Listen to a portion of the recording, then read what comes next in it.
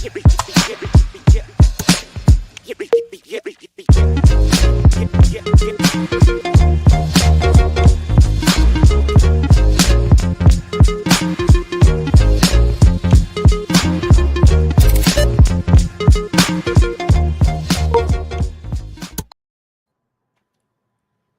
everybody. This is Steph, the educator.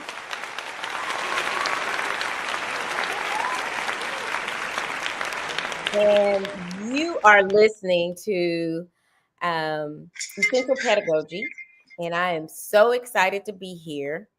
It is December already, y'all. It is December, 5th? And I'm so behind on everything. I'm trying to keep it together. But I want to just introduce the show. This is Essential Pedagogy. I started this podcast. Oh, wow. It's been over 2 years now because I stepped away from teaching. I am a teacher of 22 years. And I started the podcast because when I stepped away from teaching for a while, took a little hiatus, it was 18 months. I got re-inspired by people who reached out to me who needed help during the pandemic for their children, tutoring their children, navigating legalities that come with special education. It comes with special criteria, meeting program protocols and things like that. So started this podcast with the hopes of, as a result of listening to the podcast, that I can bridge the gap between insiders and outsiders of public education in the United States. Don't know how successful we're going to be with all this, but through adversity, we always rise up to the top. We always do. So I have confidence in this country that there are great things that's going to come out of this election that I feel like tells a story. And the story, in my opinion, is not a great story. And that leads me to our topic today, which is unintended consequences. Now, as we know, consequences can be good, or they can be bad, or they can be positive or negative. The definition of unintended consequences is the result of an action that are not expected or intended outcome. It could be positive or negative, but it's definitely unforeseen. So I'm going to talk about some positive consequences that I did not foresee with some of the things that I walked in my life. And then I will tell you about some not so positive and negative consequences. Now, we all have blind spots. We all have areas where we don't see as clearly, but I tell you that consequences come from our heart bend. And I say this all the time. It's your heart bend that leads you to say things, that leads you to do things, that leads you to walk a certain way. So as a result, you may have consequences that are great or not so great.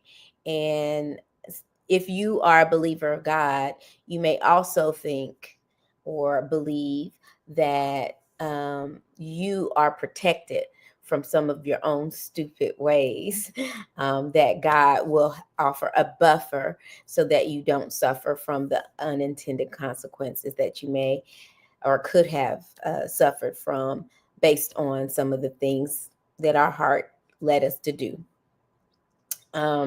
So I want to talk to you about the 5 things that lead to unintended consequences. Okay, so number 1, ignorance ignorance. Ignorance is a voluntary misfortune. We just don't know. We don't know what we don't know.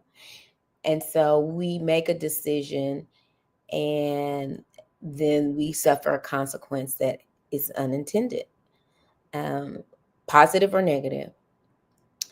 Number two, we make an error or a mistake, technical, strategic, like we have the right way, or we did a little research, or we had some heart bend that led us a certain way, but we got off the track and made a mistake somewhere along the way.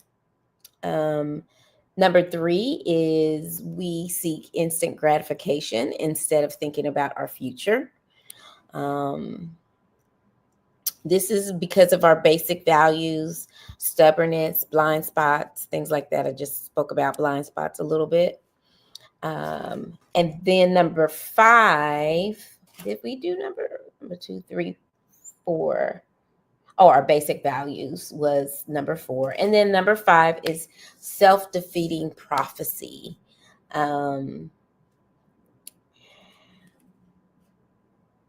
Self-defeating prophecy. That is so very interesting. I have read a prayer book called Prayer of Jabez and just did a little study over it. And so sometimes we could speak negative over the things that we really want and have unintended consequences because of that. And so that is our last one. And I'll go into detail over each one of these so that we can kind of just break down some things. And I'll tell you how they show up in education as well as like personal lives. So the first one I'm going to address is ignorance, voluntary misfortune. Wow. So I will tell you, there were a couple of people in education, public education, okay, because there are lots of segments in education. There's, of course, choice schools, which are charter schools. I think they have a value,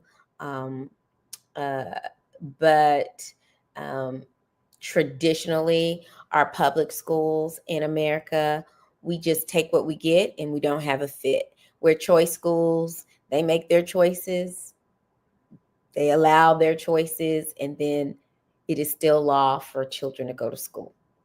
So sometimes they can choose whether people go to their school or not based on behavior or what have you. But in public school, it's been traditional that we get what we get and you don't have a fit. I always, and I don't want to take this too lightly, but I have always said that before children grow up, they are terrorists in school before they are terrorists outside of school when they're grown up, or when they are lawbreakers. They are lawbreakers or rule breakers in school severely, and then they become severely. And it's just what it is. I know that a lot of people get rehabilitated by the environment of school, but my pastor's wife says this a lot. She says, Adam and Eve were in paradise and they had a perfect home and perfect lifestyle, and they still messed up. So you're going to have people that mess up. And there will be people that mess up no matter how great the environment is. So with public school, traditionally, we have not been able to choose what child gets to be in our school and stay in our school systems, right? So we just deal with what we get and not have a fit. And so with our challenges, we deal with them the best we can.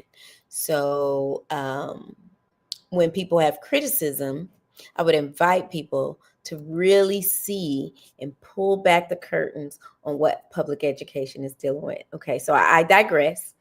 Number 2 is error. When you make a technical mistake, I remember going through Dave Ramsey, and with Dave Ramsey, he is big on getting out of debt and not owing other people money.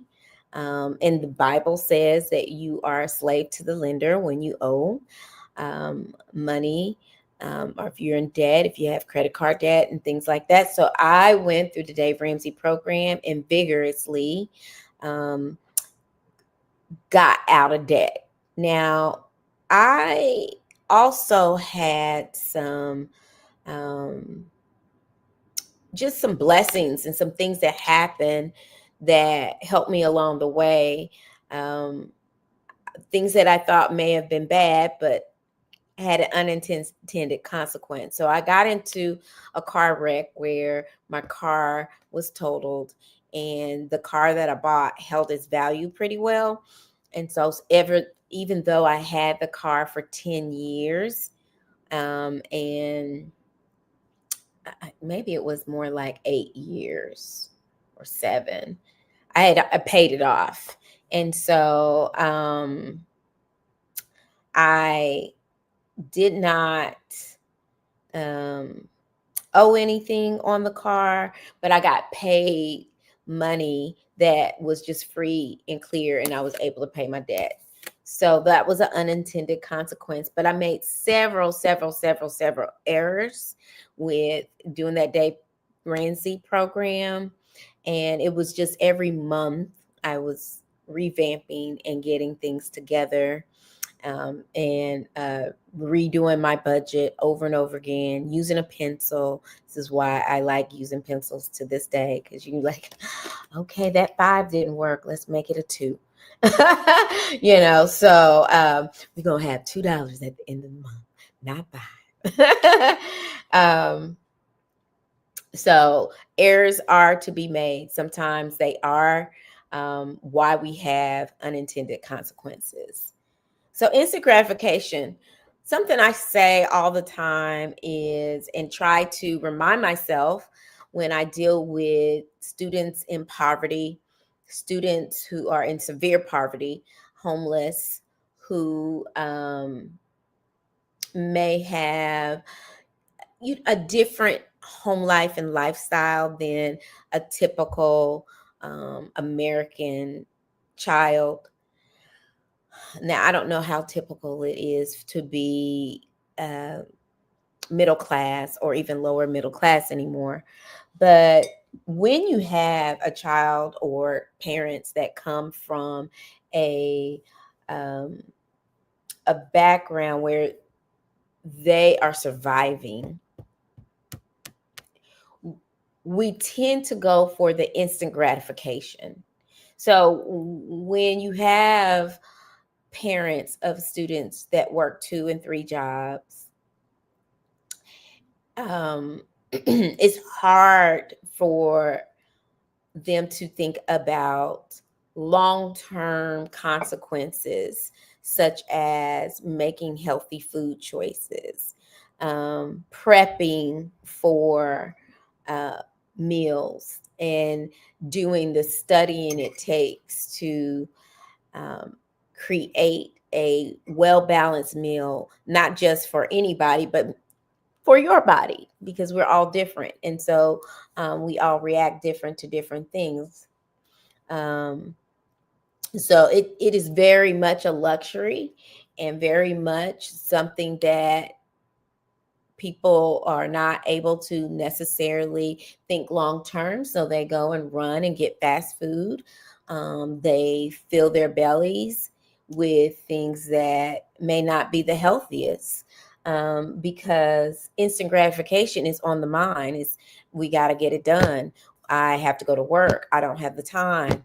I have to pay these bills. So when we have unintended consequences, then we tend to see more people who are low socioeconomic, having health disorders and chronic health problems on down the line, such as diabetes and high blood pressure and things like that. It's and stress adds to this too. When you're working all these jobs and you have the children, you want instant gratification. You always make the best decision, so you have unintended consequences, which are health consequences, which are consequences of maybe not being able to sit down and read with your child or make sure that your child is doing their work. So that is where our trusty public school educators come in, and we are well developed in the area of dealing with high needs, high risk children. The problem comes in where the system becomes very overloaded. So when everyone's high needs, when everyone is high needs, nobody gets their needs met. So that's what makes things difficult when we have more poverty, more high needs, then everybody's needs don't get met, and we're just trying to survive as well in the public school. Basic values and stubbornness and blind spots. Like, I'm telling you, it was education was always a value in my household with my mother. My mother graduated high school, but she did not go to college. She went to Job Corps. And she always told me, I can't even remember not hearing that I need to go to college. I need to do well in school. That A's and B's were the only acceptable things in the house.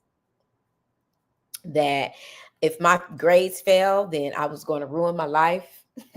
I mean, I heard this over and over again. So, I had to try to perform in order to I listened to my mother, and that was a value of hers, and she passed on that value to me. So then when I had my children, it was very much a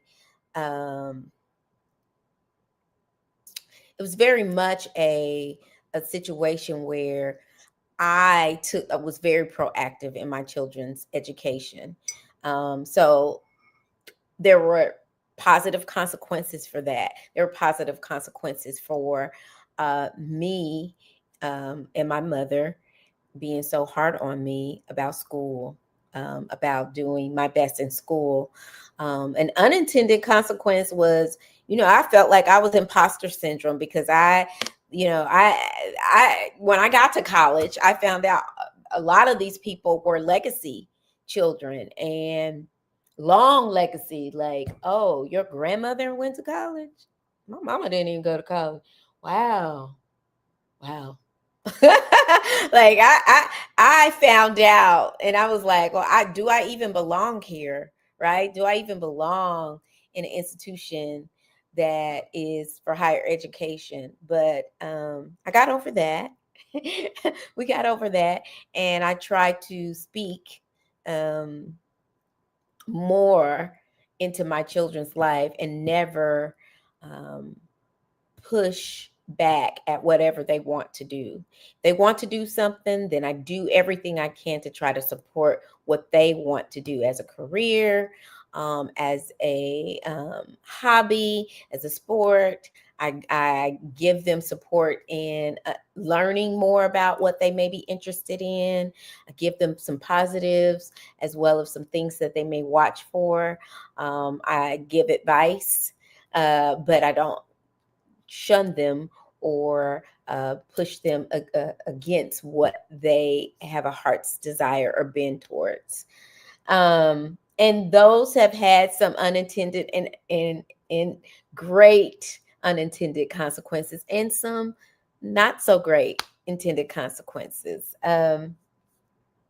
So, some in the work world of some stubborn consequences and blind spots, there's some companies like Kodak, BlackBerry, Blockbuster, Borders, Bookstore. Those are some companies that had some unintended consequences for being closed-minded, for not being open-minded, for not keeping an eye out on what the future is going to be like, for actually shunning people for new ideas. um, I hope and pray that no matter how old I get, I still am open to hearing new and different ideas. Really.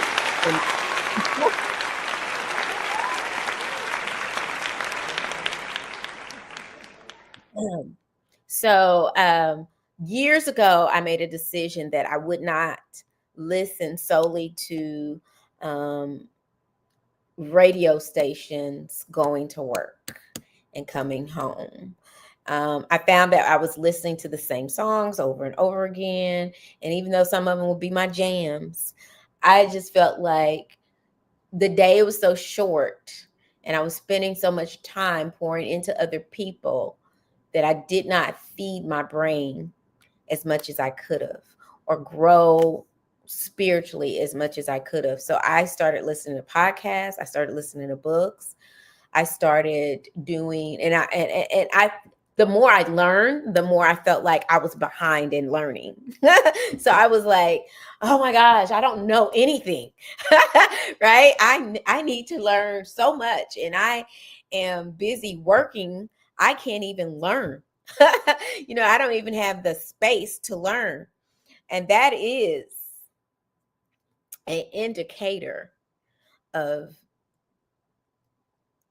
being lower middle class, because we are so busy turning our wheels.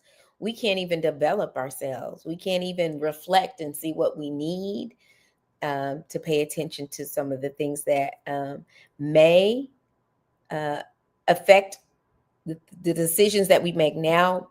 We can't sometimes stop to see how it will affect us long term. We can't even come up with any of the variables that may come up. And so I feel like that's leading us to number 5. So, number 5 is a self defeating prophecy. And I think we all suffer from this because we all have fears, we all have doubts about ourselves. Um, but we cannot let these doubts and fear lead us down a path where we will have uh, unintended consequences that make us give up hope. Um, they call the self-defeating prophecy the Osborne effect. I read that online, and I was reading about this computer company called Osborne Computer Corp. I don't know much about that in detail. All I know is that the reason why they said that this company suffered unintended consequences is because they released an announcement that they were going to change way early, prematurely, something about their product. And that it was so far in advance, people stopped buying their current product. And since they stopped buying their current product, I think they went bankrupt and wasn't even able to push out their new product. So it's very interesting. Very, very, very interesting consequence for not, saying something, saying, oh, I want to put something out there, and you plan for this and you hold back and you don't just push it out there, right? Sometimes people criticize Apple for pushing out fixes or pushing out new development too early, and they're like, why can't they just refine it? They push out this stuff, and then they always got to push out the fixes. They got to push out a fix for this and a fix for that. But I tell you that sometimes If you wait for the perfect moment, if you wait for something to be a perfect development or a perfect presentation, then, or a perfect Oprah speech, then you will not reap the benefits of the fruit of what could come. You will sabotage yourself. So don't wait. Guys, if you have an idea, if you have something burning in your heart, don't wait. Your unintended consequence will be that you will have regrets in life. You will not reap benefits that you should reap. Would you probably make mistakes? Will you fall sometimes? Will you have some detrimental mistakes that make you want to cry and fall to your knees? Yes. But you also will learn a lot. And what is a life without learning? Of course, I believe this way because I'm an educator. So I feel like if we're not learning, you might as well shrivel up. Thank you so much.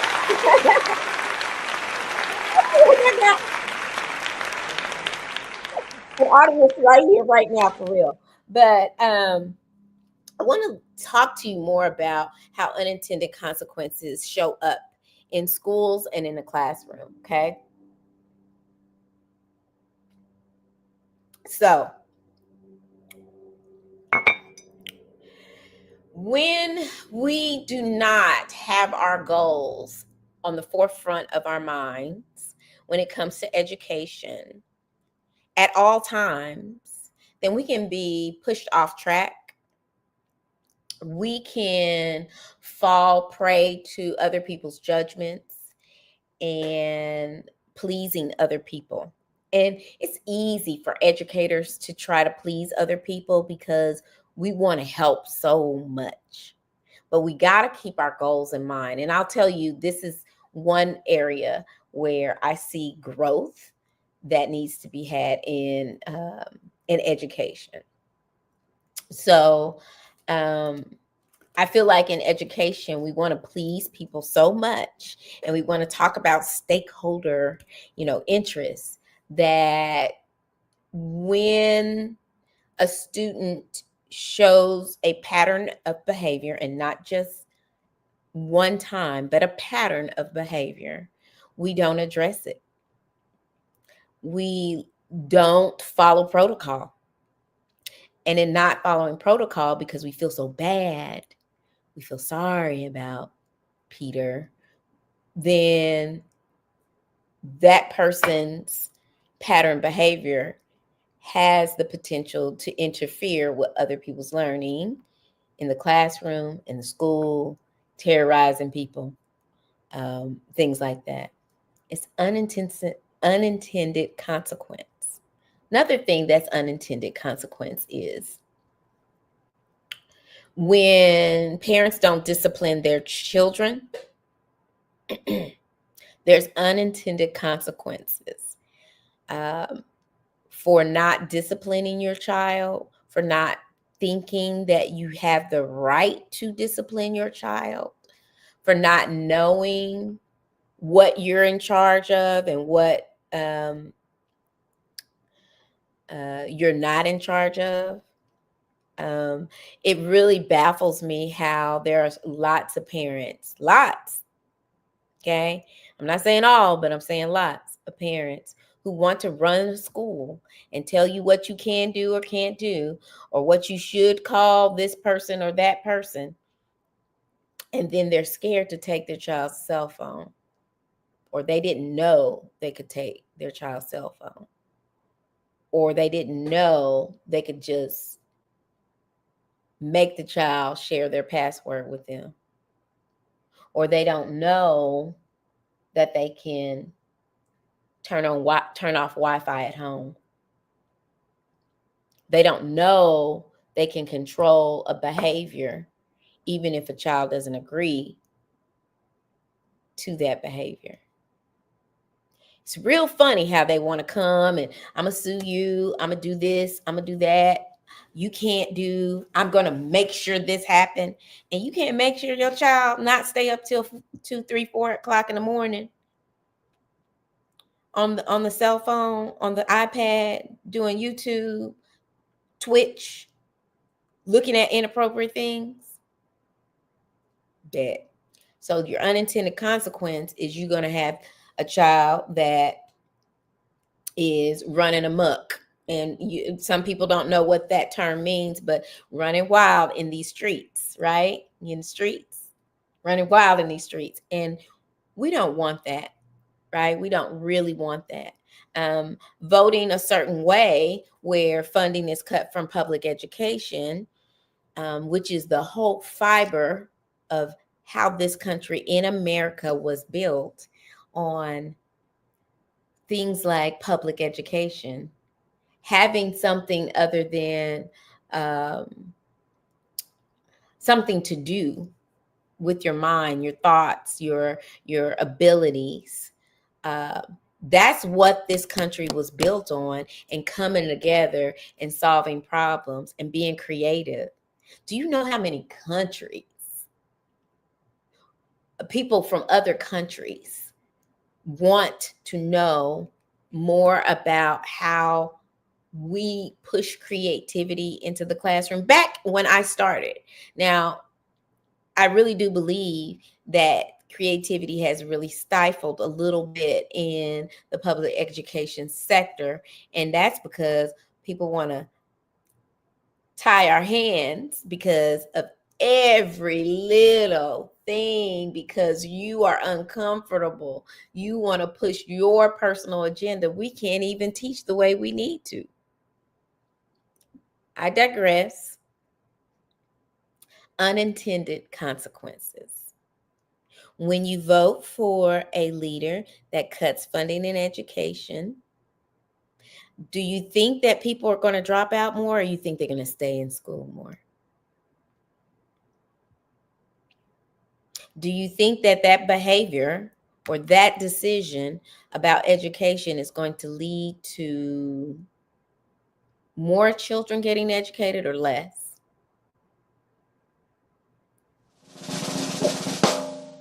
Does it show where our value systems really are? So when I tell people the majority of people don't care about education, I really meant that.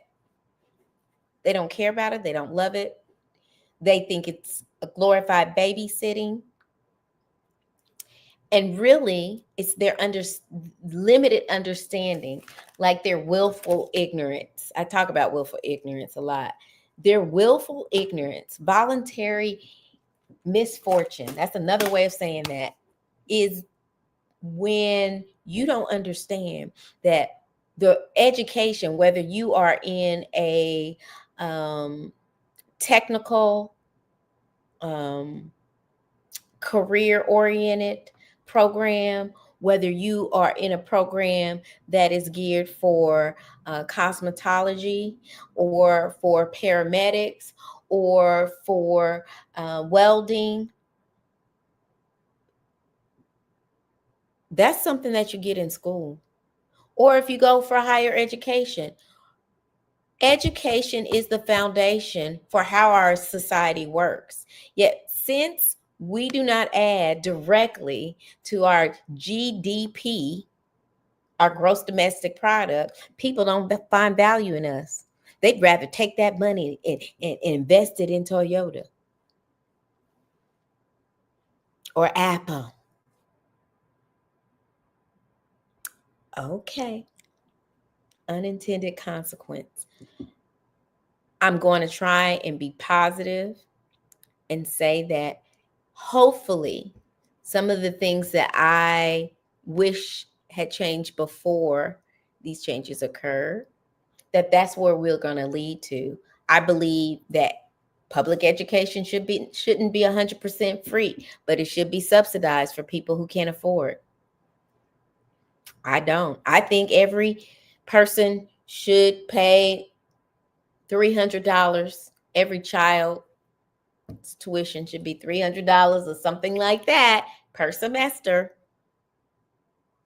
every year. And if you have more than one child, you got a big bill.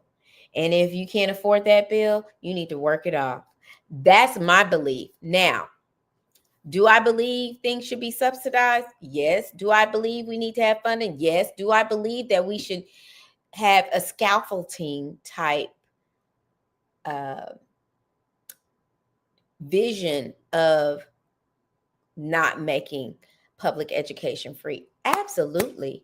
I don't think you should take funds away completely. I believe that it should be something that is scaffolded to.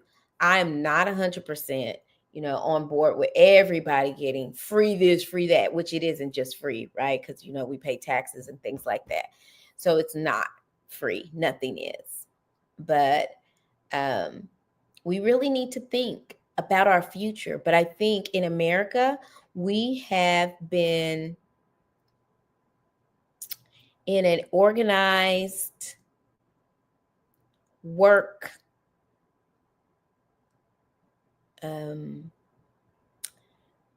force, a forced organized work that creates a culture of us not having much room to think about anything else but survival. And we are not, even though a lot of us have the privilege in the room to think about our daily health, eating right, we do not have not been afforded the space to think past the next couple of years. And I think if we did, we would have made some different decisions in our election. Neither here nor there, because I'm a Colin Albright fan. Doesn't have anything to do with necessarily our national person, but I feel like our local government needs to be revamped, and that we need to look at things from a lens of compassion. And it hasn't been in a long time. And I think since we've had a significant pendulum swing, that we are going to have another pendulum swing if we do not give up hope. We will have a swing to that surprise us and take our breath away with all of the adversities that we overcome. And I don't say this just because I'm a blind, hopeless person. I say this because our history literally feeds us this information. When I read about the triumphs that Africans and African Americans have overcome, like the adversities that they've overcome and the triumphs that they have achieved through some of the most horrific situations, I just can't help but have so much hope and so much excitement to see what happens next. Now, will there be a crap show? I think it's going to be a crap show, friends, in the short term. I know that Black Friday went well and it was record-breaking $10.8 billion. But I think people were excited. Certain people were excited and about their portfolios in the short term. And we went spending. And we just have not learned that we do not make decisions based on short terms because of unintended consequences. Guys, we have to start thinking past right now and make our future our priority. I challenge you to do so. I challenge you to do something different, to make your life different, to impact someone else's life. I challenge you to do that. Friends, I didn't ask you at the beginning of the show, but I'm going to ask you right now. I want you to follow me on YouTube, Essential Pedagogy. Please do that. Don't wait, because I say a lot of times I'm going to give um a review to a restaurant or something like that, and I walk out of there and be like, yeah, give me your card. I'm gonna do it, and I forget because that food was good and it's done. But I want you guys to do that. I want you to follow me on Essential Pedagogy on YouTube. And I want you to subscribe because I need more subscribers. I'm not trying to get rich. I just need to be able to pay for my production. Hi, production. Hi, girl. How you doing? So if I want to pay for my production and I want to educate people. I want to continue to do that.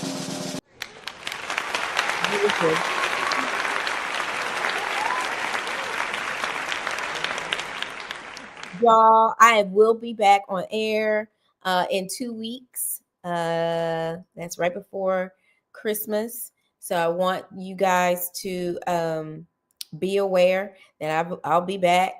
I'll have a show in 2 weeks. I show on first and third Thursdays at 8 p.m. sharp because I'm dedicated. I'm Steph the Educator, and I thank you so much for watching.